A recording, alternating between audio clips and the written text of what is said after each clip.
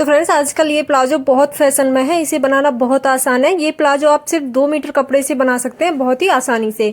तो चलिए शुरू करते हैं। तो देखिए मैंने कपड़े को इस तरह से लंबाई में 4 फोल्ड करके बिछा लिया है। जो खुली साइड है वो हमें बाहर की तरफ रखनी है और बंद साइड हमें अपनी तरफ रखनी है। अब हम करेंगे इसमें प्लाजो की मार्किंग।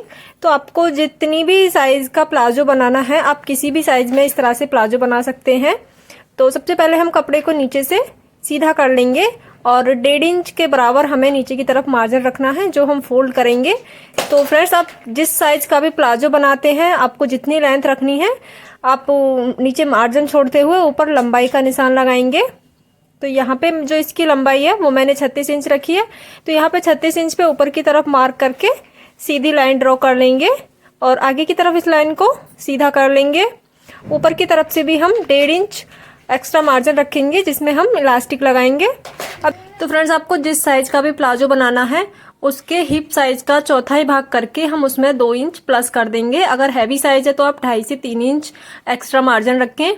तो इसका जो हिप साइज है वो 17 इंच है, तो उसका आधा करके मैं यहाँ पे 8.5 इंच आएगा। 8.5 इंच में हम 2 इंच प्लस करेंगे तो हमारा 10.5 इंच हो जाएगा। तो 10.5 इंच पे हम यहाँ पे मार्क कर लेंगे। यहाँ पे हमें मार्क कर लेना है और 10.5 इंच पे ही हम नीचे की तरफ मार्क करेंगे। तो फ्रेंड्स किसी भी प्लाजो का आसन निकालने के लिए जितना भी आपका हिप साइज है उसमें चौथाई भाग करके हमें 2 इंच और प्लस कर लेना है। इससे जो हमारा क्रॉच एरिया है वो एकदम परफेक्ट बनेगा। तो इसका जो हिप साइज था वो 34 इंच था। अब 34 इंच को हम जब 4 से डिवाइड करेंगे तो हमारा 8.5 आएगा। अब 8.5 में हमें 2 इंच प्लस करना है तो हमारा आएगा 11.5। तो यहाँ पे जो क्रॉच एरिया आएगा वो टोटल 11.5 इंच आएगा। तो यहाँ पे मार्क करके हमें लाइन को सीधी कर लेना है। तो ये हमारा क्रॉच एरिया वाली लाइन होगी। अब यहाँ पे हमें इस लाइन को आगे की तरफ भी मार्किंग कर लेनी है। अब देखिए आपकी जितनी थाई है उसमें हम 1.5 से 2 इंच लूजिंग रखेंगे। तो यहाँ पे जो इसकी थाई है वो 10 इंच थी, अब उसमें मैं 1.5 इंच लूजिंग रखूंगी। तो यहाँ पे टोटल जो मैं थाई बनाऊंगी 11.5 इंच बनाऊंगी। तो यहाँ पे 11.5 इंच पे मैंने मार्क कर लिया है और यहाँ पे इस तरह से आसन की गोलाई लगा लेंगे।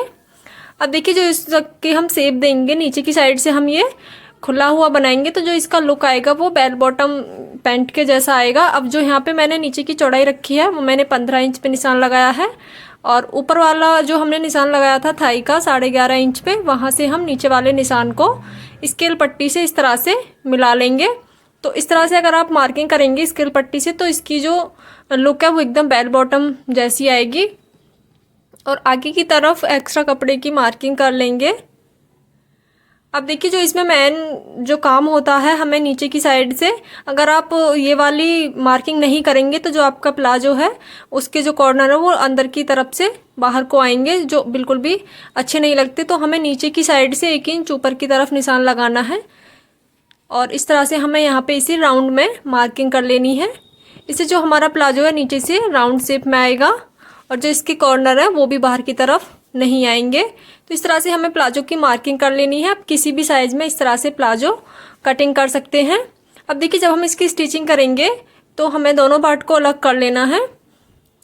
तो जब भी हम स्टिचिंग करते हैं प्लाजो की तो आपको सबसे ज़्यादा जो बीच में से हमारा प्लाजो उठता है उसका ध्यान रखना है। तो सबसे पहले हमें प्लाजो की नीचे वाली साइड को स्टिच कर लेना है, बाद में हम इसका क्रॉच एरिया जॉइंट करेंगे।